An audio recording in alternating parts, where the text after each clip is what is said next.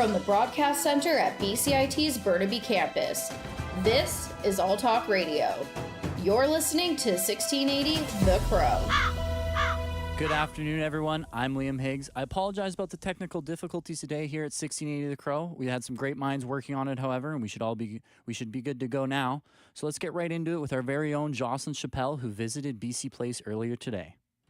So Jocelyn, what happened at BC Place?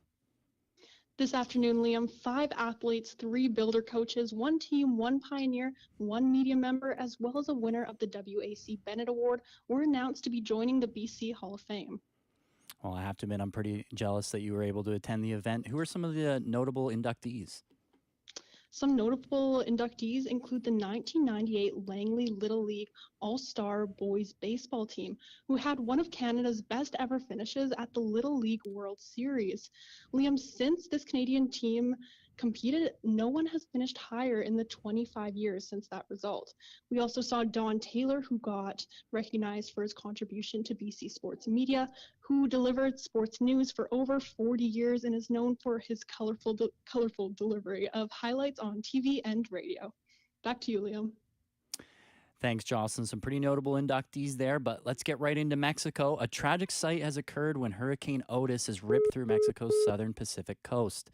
As a powerful Category 5 storm, reporter Alex Stone says Otis doused steep mountains and left a trail of damage in Acapulco before weakening. We know shelters are open. Initial reports indicate significant damage in the region. The Mexican government says communication is out around Acapulco to get a full assessment of what they're dealing with right now. Otis's arrival came just days after Hurricane Norma struck the southern tip of Mexico's Baja California Peninsula.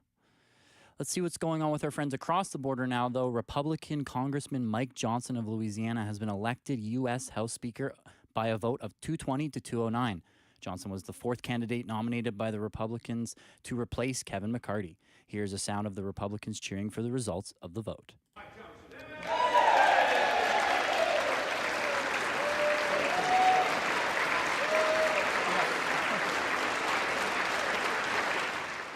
Obviously, some very happy Republicans in that room. In other American news, though, U.S. National Transportation Safety officials are investigating a collision between 2 planes at a Houston airport. Reporter from ABC, Alex Stone, has the details. The NTSB says a Hawker 850 XP airplane was told by air traffic control to line up and wait on the runway, but it started to take off without permission, and its wing hit the tail of a Cessna that had landed on another runway. The pilot of the Hawker continued and took off. Nobody was injured, but now the NTSB is sending a team of 6 investigators to spend about 5 days looking into what unfolded. Alex Stone, ABC News. Back to BC now. Low water levels at a BC reservoir have raised the stakes and urgency in negotiations for a new Columbian River Treaty between Canada and the United States. University of Calgary professor Emeritus Nigel Banks is an expert on the treaty, which the U.S. and Canada have been renegotiating since 2018. He says the problems with balancing Canadian issues such as drought and the stability of U.S. water flow speaks to the importance of the treaty. I guess I would say that when it was negotiated in 1961, enters into force in 1964, it probably was one of the most important, or if not the most important, water treaties in the world. Zooming out to Canada now, many are mourning the loss of Ian Shugart, an Ontario senator who passed away at 66. Liberal MP David Lametti says he made a huge impact on public service. Ian's public service was punctuated not only by his intellect, but by his practical wisdom. I would add, too, his civility and kindness. Rounding it out with weather for now, snowfall warning for southern Alberta ended by Environment Canada at 11:55 a.m. However, it's been an ugly few days in Vancouver as it doesn't seem to be letting up, at least right away. Today we have some rain. It's going to be cloudy once again. However, it does get nicer as the week goes on. So expect some sun later in the week with highs of 11 degrees. Thanks for joining me. I'm your host, Liam Higgs, and that was your 12 o'clock news update from 1680 The Crow. Don't go too far as we'll be right back with Aaliyah Andres.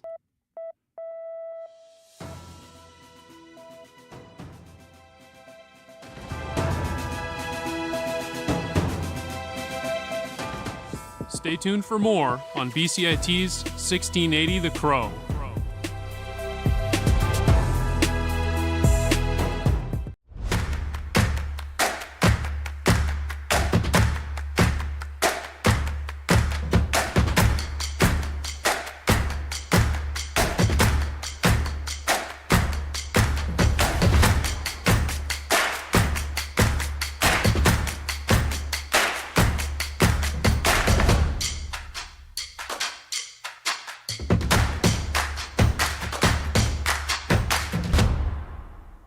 everything is changing to digital. Everything is online. People aren't just waiting for the 6 o'clock news anymore. People want their news right now. They want to be able to go onto their smartphone, onto the internet, and see the news that they want to see. Vancouver is growing at, a really rapid rate, the Lower Mainland even, and with the tools that we're given here, we're able to cover all of that. Welcome to BCIT Magazine. I'm Radhika Sikakane. In the program, they really leave it up to you. I mean, the help is there when you need it, figuring out how to use the programs like Premiere, Audition, and figuring out how to use the cameras. But it's up to you to sort of experiment and figure out what you can do when you go out in the field. They brought candles and flowers to remember the student who lost her life yesterday. Theresa May says the international community condemns Moscow. They really make sure that you know the basics and you are able to put out a quality product. I'm Brady Tretnero. And I'm Radhika Sikakane. Thank you for tuning in to BCIT Magazine.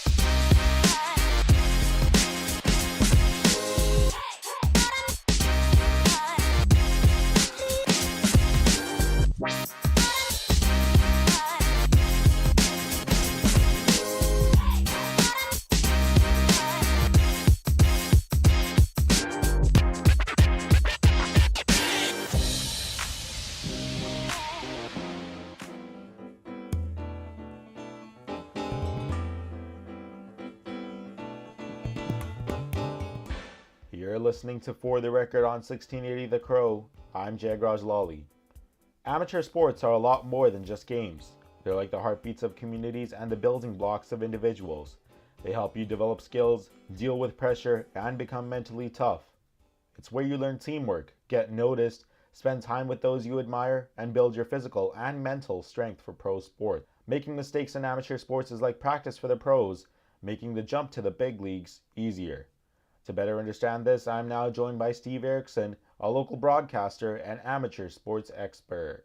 What are the main ways amateur sports can help create strong communities? Amateur sports are what I call a real necessity in today's world. We've got so much unrest in the world that the only way people can either, get rid of their, all their frustrations or just try and, go out and have fun and interact with each other is basically go out and play sports. And whether it's on a ball diamond or a lacrosse box or a hockey rink or a tennis court or even a pickle court, whatever it might be now, it's a way of one, especially in today's world, it's a way of relieving stress, but it's also a way of making new friendship and just sort of, being a real good part of society. How do amateur sports promote personal growth and bring people together? First thing amateur sports does from my perspective is it creates a healthy environment. And I've mentioned to you before that there's too much frustration and negativity in it. And if everybody could just sort of put that aside, sports helps grow the world all in a positive light. First off, a healthy lifestyle, positive thoughts, positive teaching, and those three things alone can really, help the world take off and help athletes not just grow, but also develop their skills. And there can be too much pressure on some of the young athletes by some of the parents. And I see that, and I know you're just getting into it, but you'll see that throughout your career too. You'll see some of the pressure by the adults. And if the adults would only learn to let the kids be kids and develop at their own level, they'd be far better off. What are some memorable stories that you witnessed throughout your career of how amateur sports have transformed individuals or communities? I think the first thing as far as communities and whether it's towns or city or villages or whatever it might be in Canada, I think the biggest thing is you have to have your local community or your council, your mayor and council behind you to really embrace it. Because if they don't take an active attention in, the amateur aspect of it and young sports or sports in general, it's going to be tough to develop and grow future citizens for the world. Because a prime example, a little while ago, I was talking to Ravi Kalan, who is our provincial right now in BC, our provincial housing minister. And I've got Ravi pretty much on speed dial because when Ravi was growing up in North Delta, he played field hockey. And we went out, and myself, Kevin Adlam with Eastlink TV, we actually went out, well, then it was Delta TV, but we actually went out and we did an interview with Ravi about, starting to play field hockey and what it was like. And he said that the one thing that he noticed from his career was that, first off, his parents were not pushy. They said to go out, play a sport, but whatever sport you want to play, have fun. And he said the other thing that he really remembers is that the coaches made it fun for him to do. He said, if he made a mistake, and he said, Lord knows, he said, when I was starting, he said, I made a lot of mistakes, but he said, having made the mistakes, he said, it helped me grow into a better person to learn that you can go through adverse problems and issues in your life.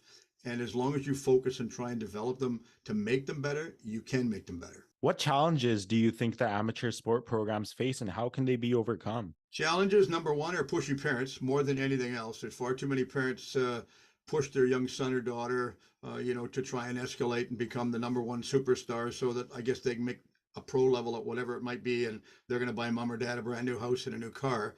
If the parents, again, would let the kids be kids, they'd be fine. Far too much pressure from the parents. Not a lot of pressure from aunts or uncles or grandparents and stuff like that, just the parents in general.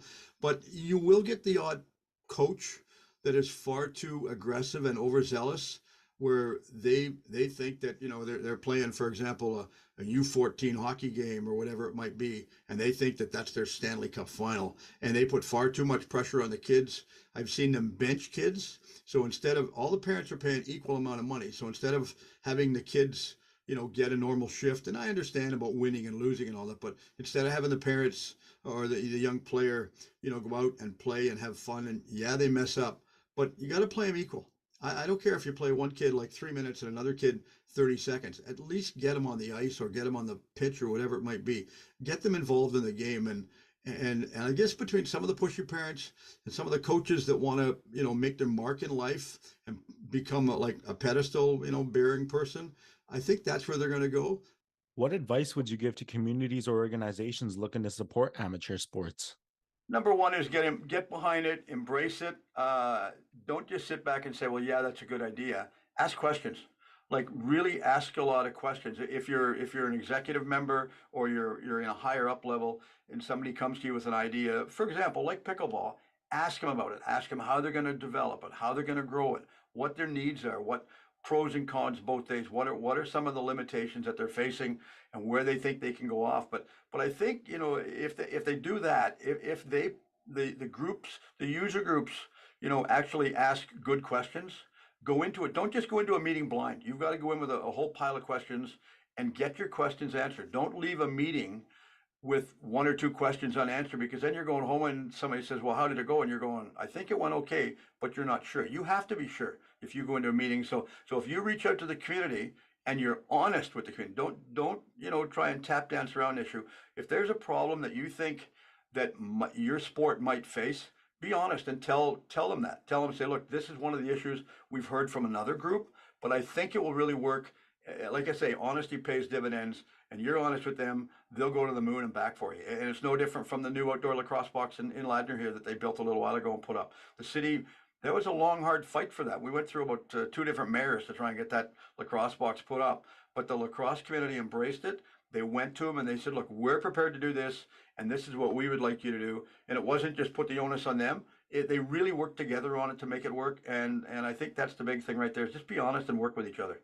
My last question to you, what were the most inspiring moments, or not even inspiring, what were the craziest moments you witnessed during your broadcasting career in amateur sports? Oh, craziest moments. Everything from going back, it seems like 100 years now, doing a game up in North Vancouver at the North Shore Winter Club when it used to be that, and doing a game, and no names mentioned, but having a young boy that was playing hockey and having his mother walk up and down the sidelines, and eventually she threw her camera on the ice because she was frustrated with the way the referee was, well, me, that I was making the calls and her camera come on the ice.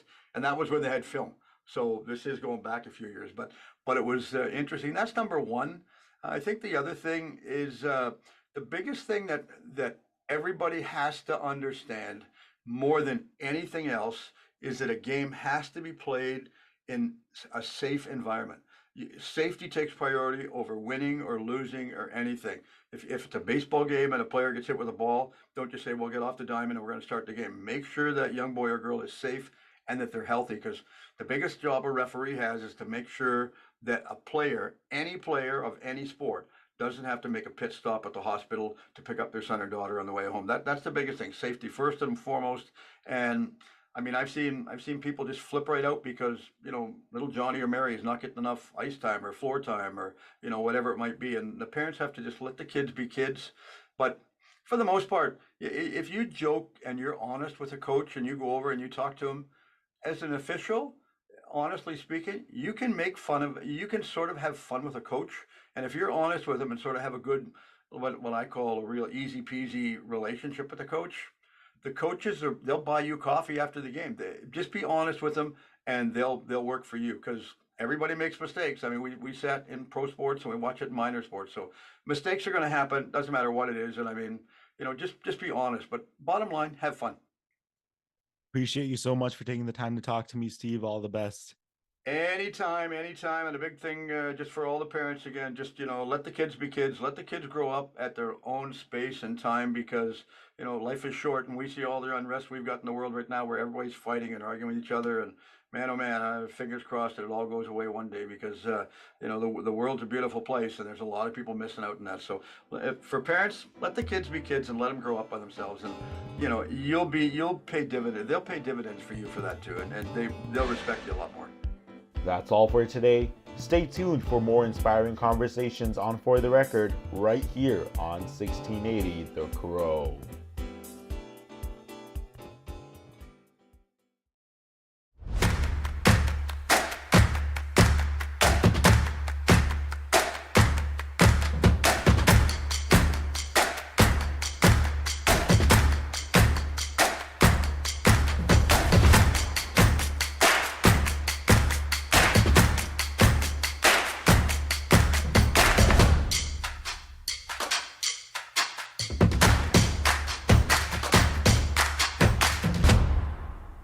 Everything is changing to digital. Everything is online. People aren't just waiting for the 6 o'clock news anymore. People want their news right now. They want to be able to go onto their smartphone, onto the internet, and see the news that they want to see.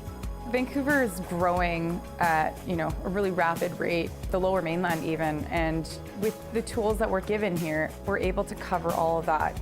Welcome to BCIT Magazine. I'm Radhika Sikikane. In the program, they really leave it up to you. I mean, the help is there when you need it, figuring out how to use the programs like Premiere, Audition, and figuring out how to use the cameras. But it's up to you to sort of experiment and figure out what you can do when you go out in the field. They brought candles and flowers to remember the student who lost her life yesterday. Theresa May says the international community condemns Moscow. They really make sure that you know the basics and you are able to put out a quality product. I'm Brady Tretanero. And I'm Radhika Sikikane. Thank you for tuning in to BCIT Magazine.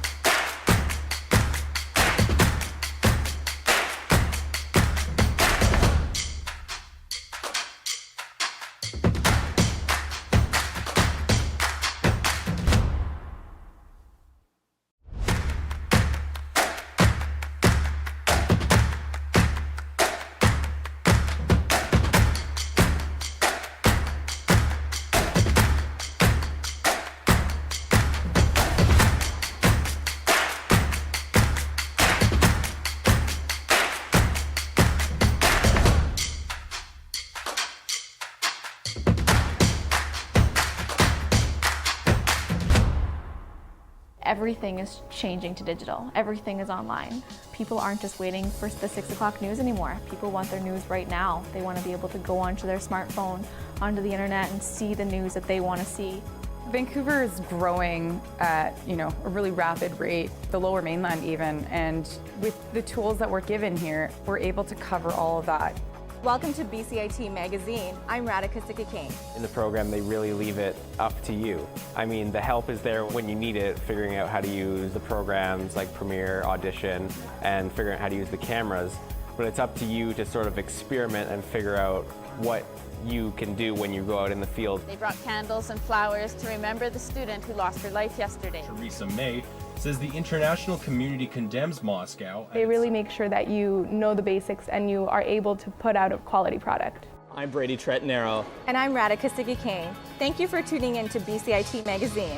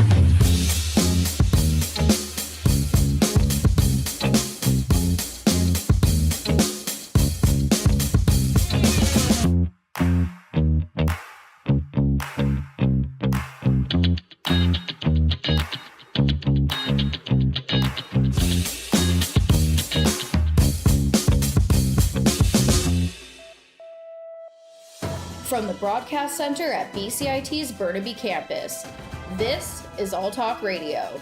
You're listening to 1680 The Crow. Welcome, good afternoon, and thank you for joining us. My name is Aaliyah Andres, and here are your your news updates to 2 o'clock.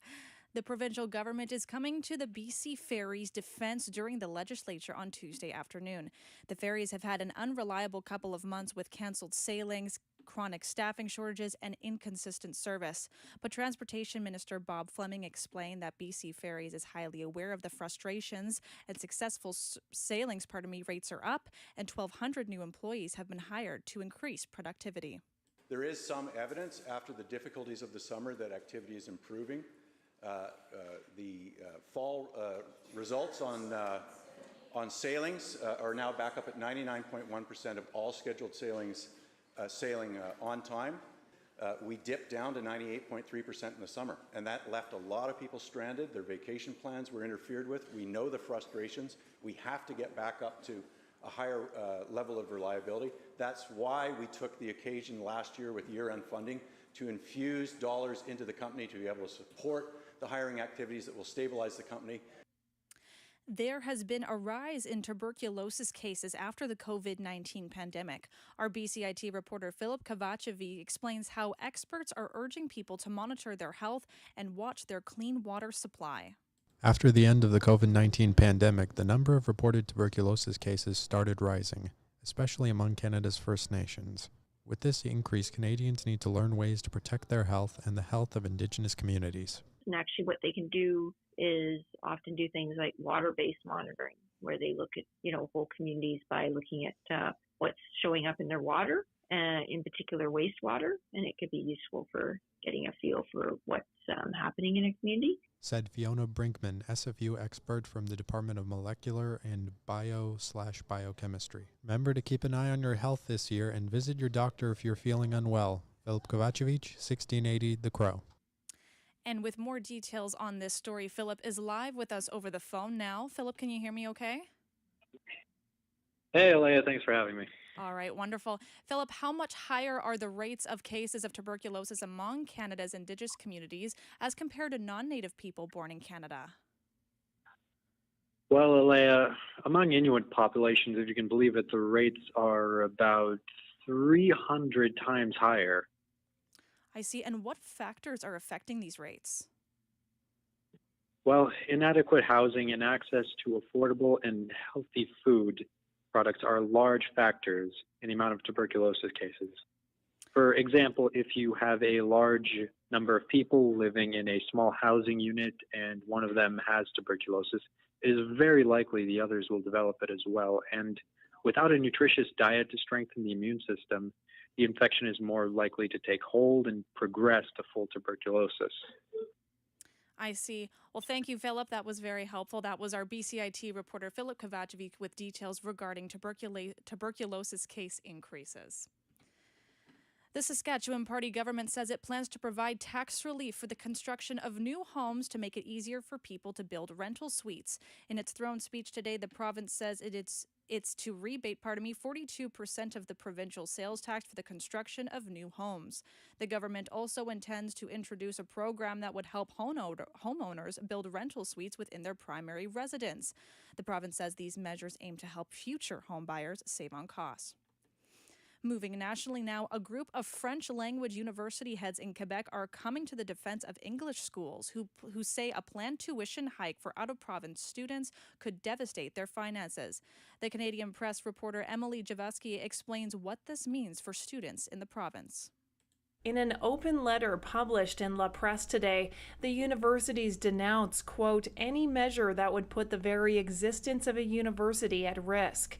They also criticize what they describe as characterizations of non-Quebec students as cash cows and threats to the French language by proponents of the tuition hike. Tuition for new students from other provinces would increase from about $9,000 to around $17,000 starting next fall under the Quebec government plan. Emily Joveski, The Canadian Press. Moving to Ontario, where yesterday a shooting in Sault Ste. Marie left 5 dead, including 3 children. Erica Bowen, who lives down the street from one of the homes where a homicide took place, says she's holding her children closer today. Bowen says that neighborhood has felt deeply unsettled by what police are describing a crime of intimate partner violence. None of these deaths had to happen, so it's really like it hits close to home, not only being just down the road from us, but also having kids of our own. Police found the bodies of those killed in 2 homes about 3 kilometers away from each other on Monday night. The near-record low water levels at a BC reservoir have raised the stakes and urgency in the negotiations for a new Columbia River Treaty between Canada and the United States. The province is obligated by the 1961 Columbia River Treaty to continue sending water flow to the United States for flood control and power generation purposes. University of Calgary professor Nigel Banks is an expert on the treaty and says Canadian dams play a big role in stabilizing water flows in both Oregon and Washington, which is something American officials would likely want to retain. That, I think, is the biggest issue, and obviously should be a huge driver for the United States. What amazes me is that they haven't got it figured out now, because 11 months is not a long time. The current flood control regime model outlined in the treaty is set to expire in September of 2024. Some visa processing services in India are resuming to Canada this week. The High Commission of India has confirmed that it will be processing a select range of visas, including entry, business, medical, and conference. This comes a month after Prime Minister Justin Trudeau accused the government of India of killing a Canadian Sikh leader.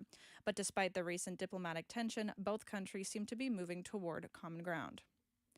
And moving on to some devastating weather down south. Hurricane Otis has ripped through Mexico's southern Pacific coast as a powerful Category 5 storm. Otis's arrival came just days after Hurricane Norma struck the southern tip of Mexico's Baja California Peninsula.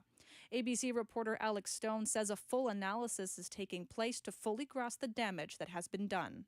We know shelters are open. Initial reports indicate significant damage in the region. The Mexican government says communication is out around Acapulco to get a full assessment of what they're dealing with right now. Photos and videos shared by local media on Wednesday, shows the walls of buildings ripped off, flooded hotel rooms with collapsed ceilings, and rubble of downed trees lining the streets. Now, a quick update in the Middle East regarding supply shortages. The UN Agency for Palestinian Refugees has warned that it is now on the verge of running out of fuel in the Gaza Strip, forcing it to sharply cut back relief operations. The territory has been blockaded and hit by devastating Israeli airstrikes since Hamas militants launched an attack on Israel more than 2 weeks ago. Hospitals in Gaza are struggling to treat masses of wounded and dwindling resources. Health officials in the Hamas-ruled territories say the airstrikes killed more than 750 people between Tuesday and Wednesday. And now into a bit of sports news. The Vancouver Canucks defeated the Nashville Predators yesterday, winning 3-2. Team captain Quinn Hughes providing an assist for a goal made by Niels Höglander in the second period. Roman Jossi's been out there approaching 3 minutes now. So he's got to be out of gas as Hughes scores! Don't know if it was tipped. Quinn Hughes with a long shot. It found its way into the goal, and the Canucks lead by 2, and Niels Höglander's the first man to the bench. Ilya Mikheyev also scoring his first goal of the season after being injured since January. Canucks play next this Friday at 7 p.m. against the St. Louis Blues. Aside from the Canucks, it was a busy day in the NHL with all 32 teams playing at some point yesterday. For the first time in NHL history, 3 teams now remain undefeated through their first 6 games of the season. The Boston Bruins, Colorado Avalanche, and Vegas Golden Knights hold this title conjointly. Another gold today for Canada at the Pan Am Games. Sing Judon and Kayoshi Yakura won gold in badminton in men's double, defeating Brazil by 2-1. Yakura saying after the match he is left feeling over the moon about the win. Quite nervous, but also excited. Just to play in another Pan Am Games final was already a big achievement for me. But to win it again is, I don't really have any words right now. Over the moon, so happy, relieved, a lot of pressure on our shoulders this week, so it's nice to get that off and we can move on from here. Other victories for badminton at the Pan Am Games today. Canada's Catherine Choi and Josephine Wu defeated the United States to taking double golds, and Canada's Brian Yang claimed a win in badminton singles. The Toronto Raptors play their first game of the season against the Minnesota Timberwolves at 4:30 tonight. Rookie Grady Dick plays his first game with the team tonight and tells reporters earlier today his experience practicing in the preseason was very special. I think it really hits me. Obviously in the preseason game, just going out and seeing the arena, where you're one of the first ones in there as a team, and no one, it's empty. So kind of looking up and seeing stuff, especially one of the first ones being Chicago, and you see Michael Jordan in the banners as a rookie. That's kind of crazy to see, so it's been super special. The Raptors missed the playoffs last year for only the second time in the last 9 seasons, but are going into the season with a new head coach, Darko Rajakovic. And now taking a look at our local weather, we are sitting at 11 degrees in Vancouver with fairly sunny skies, which are expected to carry out over into the weekend. And those were your news and sports updates to 2 o'clock. Thank you for tuning in. I'm Aaliyah Andres, and you're listening to 1680 The Crow.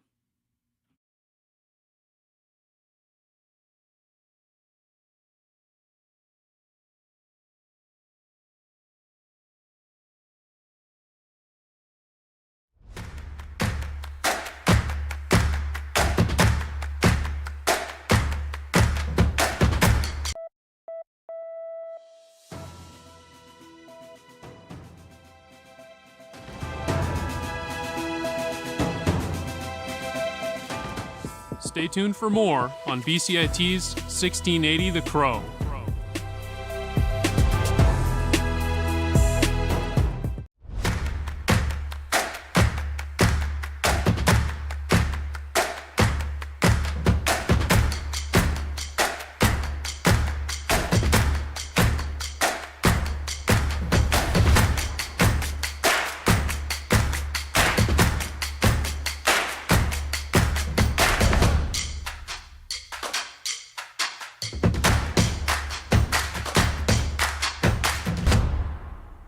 Everything is changing to digital. Everything is online.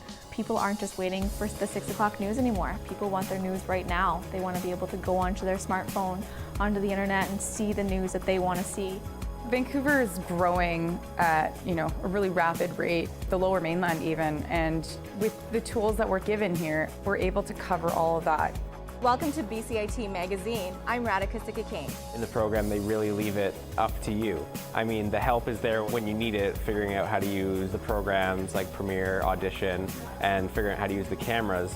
But it's up to you to sort of experiment and figure out what you can do when you go out in the field. They brought candles and flowers to remember the student who lost her life yesterday. Theresa May says the international community condemns Moscow. They really make sure that you know the basics and you are able to put out a quality product. I'm Brady Trettenaro. And I'm Radhika Sikakane. Thank you for tuning in to BCIT Magazine.